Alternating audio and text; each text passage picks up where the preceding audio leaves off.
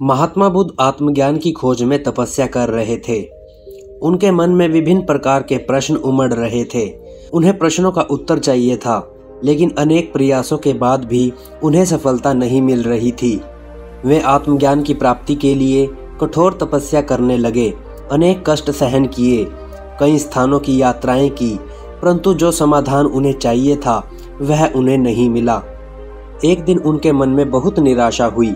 सोचने लगे, धन, माया, मोह और संसार की समस्त वस्तुओं का त्याग कर दिया है, फिर भी आत्मज्ञान की प्राप्ति नहीं हुई।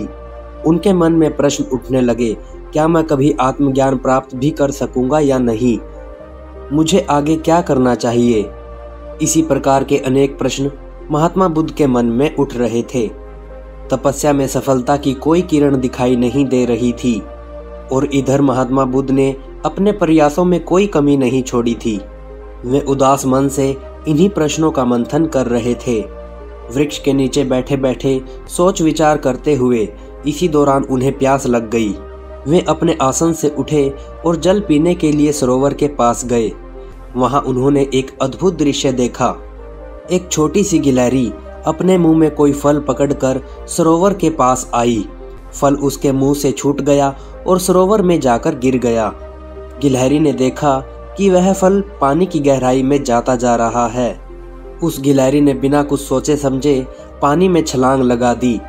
उसने अपना शरीर पानी से भिगोया और बाहर आ गई, और बाहर आकर उसने अपने शरीर पर लगा पानी झाड़ दिया और पुनः सरोवर में कूद गई।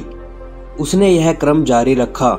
ऐसा करके गिलहरी उस सरोवर के जल को समाप्त करना चाहती थी, लेकिन यह असंभव था। महात्मा बुद्ध उस गिलहरी को देख रहे थे, लेकिन गिलहरी इस बात से अनजान थी। वह लगातार अपने काम में जुटी रही। महात्मा बुद्ध सोचने लगे, ये कैसी गिलहरी है? सरोवर का जल यह कभी नहीं सुखा पाएगी। दूसरी तरफ महात्मा बुद्ध सोचने लगे कि इस गिलहरी ने हिम्मत नहीं हारी। यह अपनी पूरी इच्छा शक्ति लगाकर सरोवर को खाली करने में जुटी हुई है। अचानक महात्मा बुद्ध के मन में एक विचार आया।